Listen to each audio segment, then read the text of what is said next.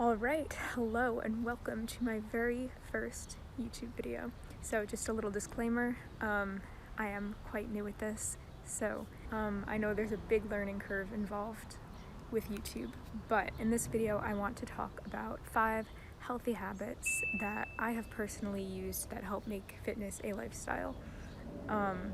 And you don't know me yet, but I went from being overweight to losing over 30 pounds just to live a healthier, happier life. And I want to first talk about what is a habit. What does it take to ingrain a habit? What do you want to look for when creating habits? And then I'm going to go into the 5 habits that I personally use every single day to help me stay lean and healthy and just overall live a healthier, happier life. So let's get into it. What you want to think about is, instead of focusing on these short-term goals, you want to think about systems. You want to think about long-term systems. How can I change the way that I approach this problem, this scenario, this goal? And how can I change the systems that I have in place to make this not even a habit, but a long-term sustainable approach? Winners and losers have these same exact goals. Someone can start out with great intentions of losing 30 pounds, and what separates them from someone who actually loses the 30 pounds are the habits, are the systems that they have in place to maintain their goals, to ensure that they're meeting their targets every single day. I also like to think about focusing on the process, so rather than focusing on the outcome, if you focus on the process and what you're doing in the current moment every single day, the end result is going to take care of itself, and you don't have to worry about those numerical goals, because if you're so focused on building sustainable habits and hitting the targets that you need to hit every single day, you will lose the weight, you will do whatever it is you want to achieve, you will lift the weight that you want to lift. And so it really comes down to just consistency every single day and figuring out what can I control. How can I change the systems that are in place? Another thing that I want to touch on is that goals are short-term. I don't know, maybe lose 10 pounds by the end of the month, or I want to hit 200 pounds on my deadlift by the end of the week. These goals are very, very short-term, and they're factors outside of your control.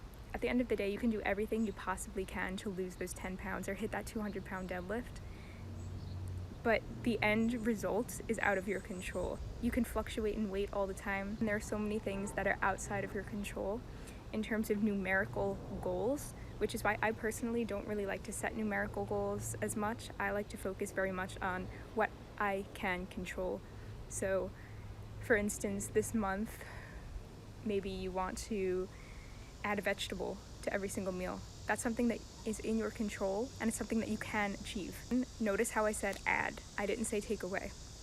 You want to think about what can I add rather than what can I take away. Okay, so I was just going back and editing my video, and I realized that the last clip did not actually record the way I wanted it to.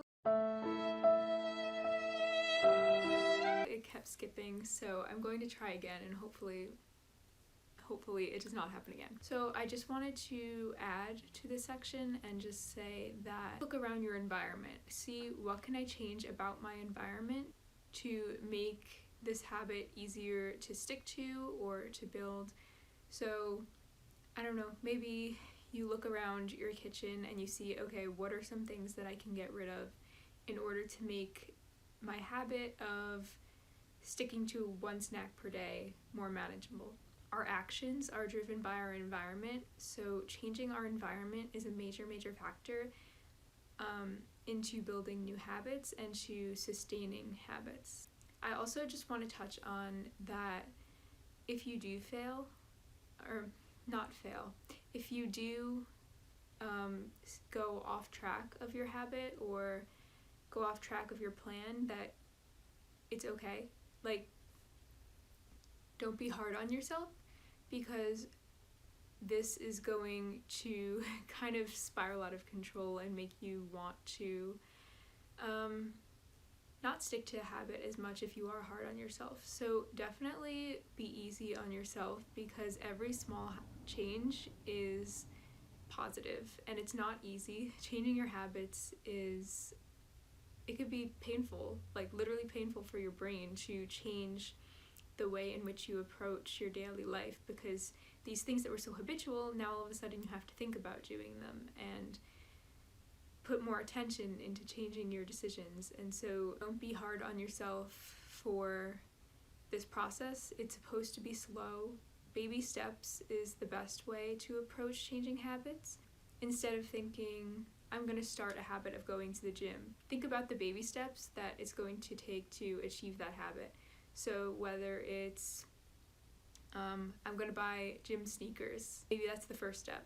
Or I'm going to reach out to a few friends and see where they go to the gym. Taking gradual steps to build a foundation for the later habits is really key, and this process is going to enable you to build credibility with yourself, which is one of the most important things in this process, is being able to trust yourself. Our goal is to think about how can I leverage these new daily habits to eventually lead to my goal.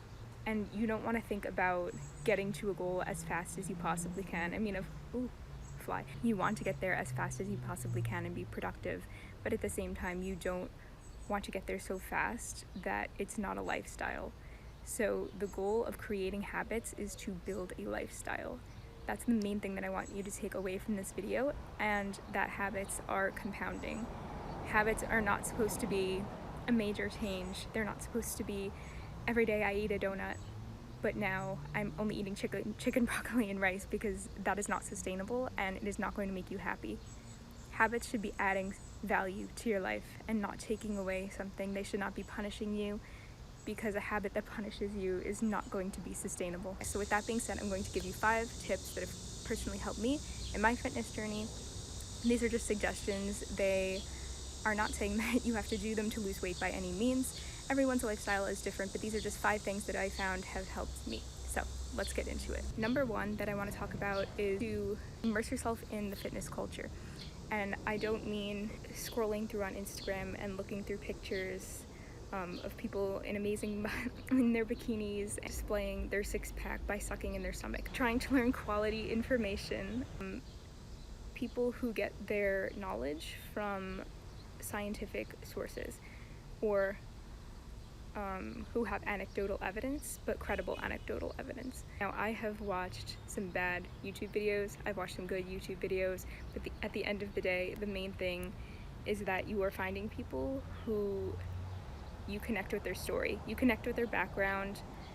The people that I followed had similar backgrounds to me.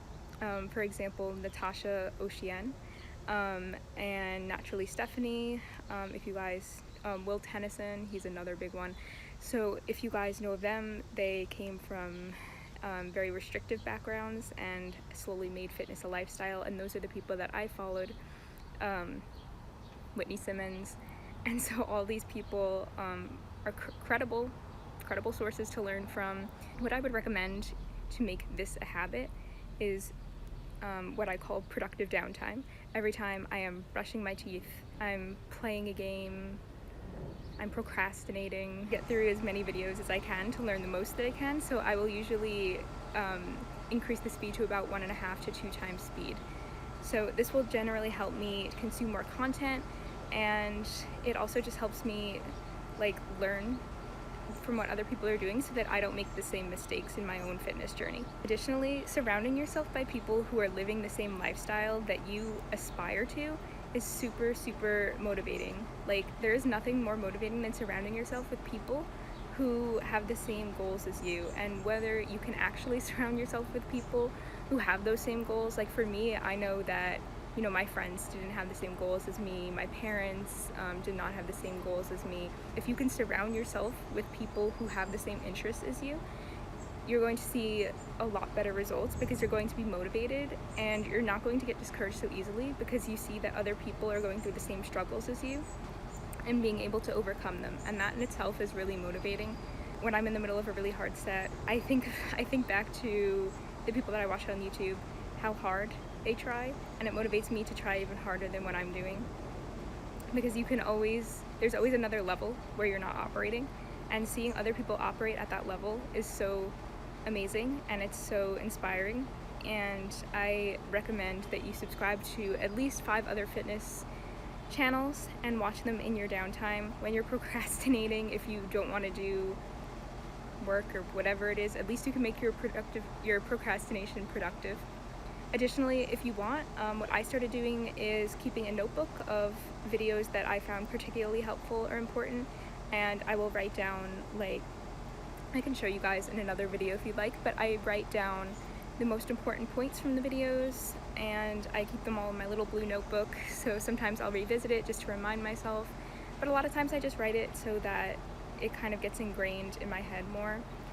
And yeah, I just enjoy watching the videos in general. Like this morning I watched a lecture about like insulin and leptin, and so that wasn't something that like I necessarily had to do, but it's something that I enjoyed, and it's something that I wanted to research more because it's something that interested me and I wanted to know how I could apply it to my life. And so just finding time for like educating yourself, even if it's while you're brushing your teeth or cooking breakfast, like those moments add up. And what I'll typically even do is if I'm doing a walk, especially on a rest day, on the treadmill, I will put on either a podcast or something on the TV, and I will listen to that or watch that as I walk. And that is a really good way to get more content in while you're also being productive.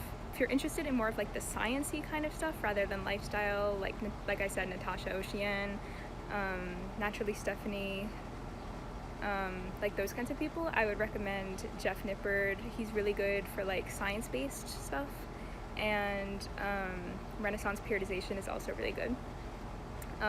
Greg Doucette, he's a little controversial, but I do like his videos as well because he does make everything super simple. Like I said earlier, this was the part of the video that got cut off, so we're going to refilm this section, and hopefully it turns out okay. So the second habit that I want to talk about is making a calendar. At the end of every month, on the last day, I will plan next month's workouts. I'll print out a calendar for the month, and I will literally write in every single workout that I'm going to do for the month. I used to plan my cardio sessions. I won't really do that anymore because I'm more intuitive with the cardio that I do.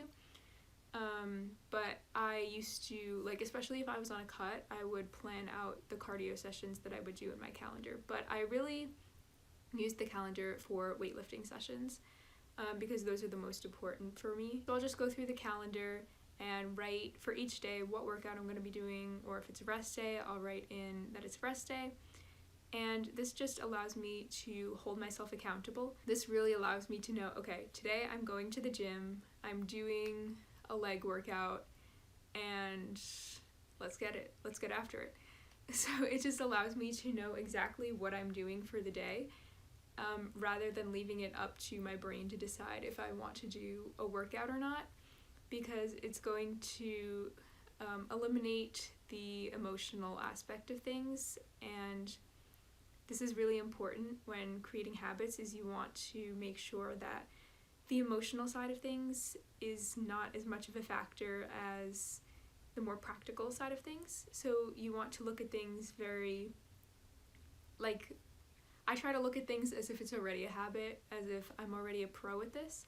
And so if I think, okay, I'm just going to get up, I'm going to do it, I'm going to do the leg workout, and that's eliminating the emotional side of things. If I wake up and I'm really tired that day, I'm still going to go do the workout because it is written in my calendar. And once I write something in my calendar, like, I know for a fact that I have to stick to it, and it helps me hold myself accountable. I also want to talk about time blocking. So I use a Google Calendar. I will literally write in my workout into my Google Calendar. So I am blocking out a specific chunk of my day in which I'm going to go work out.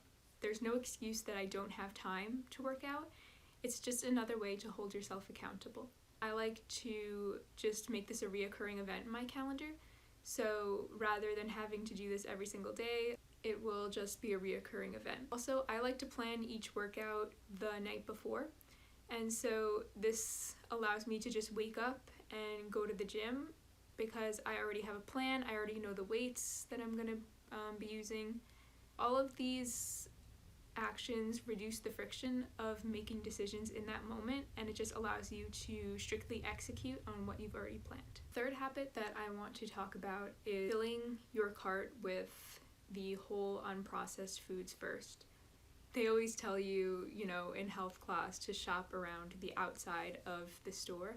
This is true. So what you're going to want to do is shop for your fruits, your vegetables, your whole grains, your meat, your lean meats, fish, anything that looks like it did when it came out of the ground. You're going to want to add all of that to your cart first.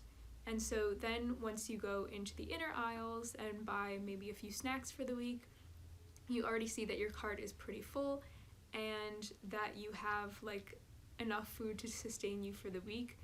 I find that when I shop in the inner aisles first, I'll kind of think, oh, I better buy these Oreos in case I get hungry, and maybe I'll buy these chips just in case I run out of Oreos, and so on. But if your cart is already full, you'll see that you have quite a bit of food for the week, and it allows you to also be in the right mindset when you shop in those inner aisles. So you see all of the foods that have more micronutrients in them already stored in your cart, and so this will allow you to kind of go into those inner aisles with a mentality of, I'm working towards my goals and these are the foods that are going to help me get there, and I don't really need much else. I definitely don't advocate for not getting any snacks. Definitely get snacks, especially if you are used to eating snacks every day. Don't cut out all of your snacks right away, because then you're going to be quite miserable on your diet, which is obviously not sustainable. And this is all, habits are meant to be sustainable, so that is not the goal of this video. If you'd like to make this a long-term thing, then keep buying the snacks that you always like, but make sure that you're also stocking up on a lot of whole foods, because the long-term goal is to have the whole foods make up the bulk of your diet. And if these foods make up the bulk of your diet, then you're going to be less likely to eat the snacks because you're going to be more full throughout the day. So notice how I focus on what to add rather than what to take away, which is what I mentioned before. So you don't want to think about taking away certain snacks, you want to think about what whole foods can I add. A result of this is that you're naturally going to phase out some of the snacking because the whole foods are going to keep you fuller for longer periods of time. The fourth thing that I want to talk about is brushing your teeth after the very last meal. So I know late night snacking could be a major culprit for a lot of people gaining weight, and so brushing your teeth after the very last meal allows you to, again, increase friction for wanting to snack at the end of the night. Once I eat dinner, I will go and brush my teeth, and just having that freshness in my mouth, and I also wear retainers, so having retainers in my mouth is definitely going to increase friction for me wanting to snack, because then I would have to take my retainers out, and then I'd have to brush my teeth again, and yeah, I don't want to do that. Finding ways to increase friction for those more negative habits is going to help you stick to better habits and make better decisions long term. And the fifth and final tip that I want to talk about is, and this was a big game changer for me, is leaving the kitchen table right after you finish your meal. A major reason why I gained weight was because I snacked all the time after I finished eating. Granted, the meals that I ate weren't really whole foods, so I wasn't really full, but snacking after I had finished eating my meal was a major reason why I gained weight. And so a habit that I ended up cultivating right at the beginning was leaving the table as soon as I was finished eating my meal. Additionally, I removed all the snacks from the kitchen table, and this again increased friction from wanting to eat the snack because it wasn't right in front of me. But just leaving the kitchen table as soon as I was finished made me not, sit there and watch TV and then mindlessly eat snacks that were in front of me. It made me just get up and continue with the rest of my day. And I realized that even if I wasn't feeling full in that moment, as soon as I left the kitchen table and waited about a few minutes, I felt full. So your brain learns by association, and if you're doing things at the kitchen table your brain is going to associate that with it's time to eat.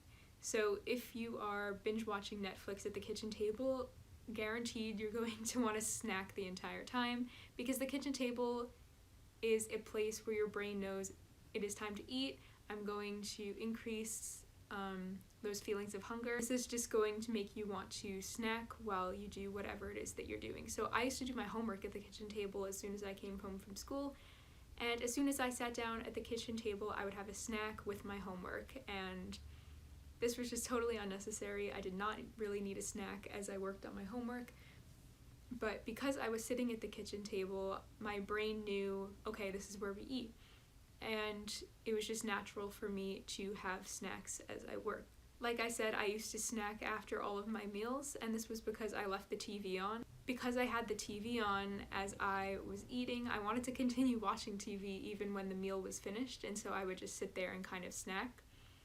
So forming these associations of watching TV and snacking or working on homework, associations are going to lead to gradual increases in weight if you are not careful. Just like sleeping.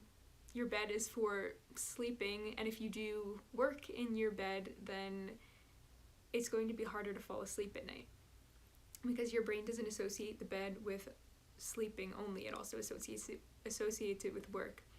So the same thing is true for eating at the kitchen table. You want to think of it as a place to eat and eat only, and as soon as you're done eating, then it's time to leave, take a step back, and go and do something else. Also, if you're still feeling hungry after your meal, I would still take a step back and wait about 10 minutes.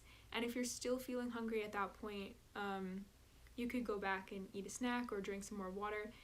But I would definitely, regardless of whether you're feeling full or not, take a step back, because I found that I was a lot more satiated as soon as I left the kitchen table. Another thing that I just want to quickly address is that there might be underlying causes for why you might be engaging in negative habits, and instead of trying to just simply erase those negative habits, it's also important to address why you might be engaging in some more negative habits. So this might be related to negative thought patterns or just negative habits that you've built up over the years, but it's important to address those underlying causes.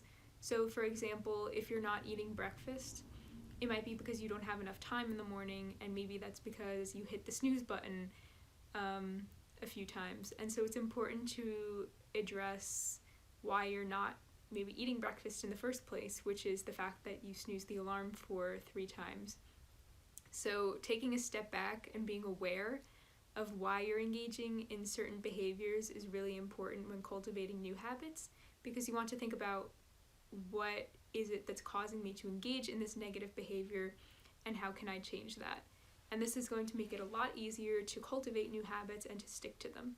These are just my suggestions and what has worked in my lifestyle, but I've also had other habits as well. So if you are interested in hearing more, I can do another video, but these are just things that work for me, and it's important to tailor habits to your own lifestyle and your own goals. So these are just examples of what you can do, but ultimately creating new habits comes down to your own personal goals and where you are in your current life.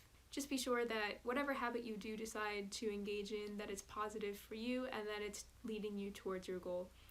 Remember that you only want to engage in things that are going to that are going to move you towards your goal, rather than engaging in things that hold you back. So as long as your habits are doing that, then that is the ultimate goal. So I hope that you've enjoyed this video. Thank you so much for watching. Please subscribe if you enjoyed these tips, if you found them helpful. I'm going to be making a lot more videos like this, a lot more science-based videos as well. And I'm also going to be making some college-focused videos in regards to fitness as well. So if any of that interests you, then please hit the subscribe button, and I will see you in the next video.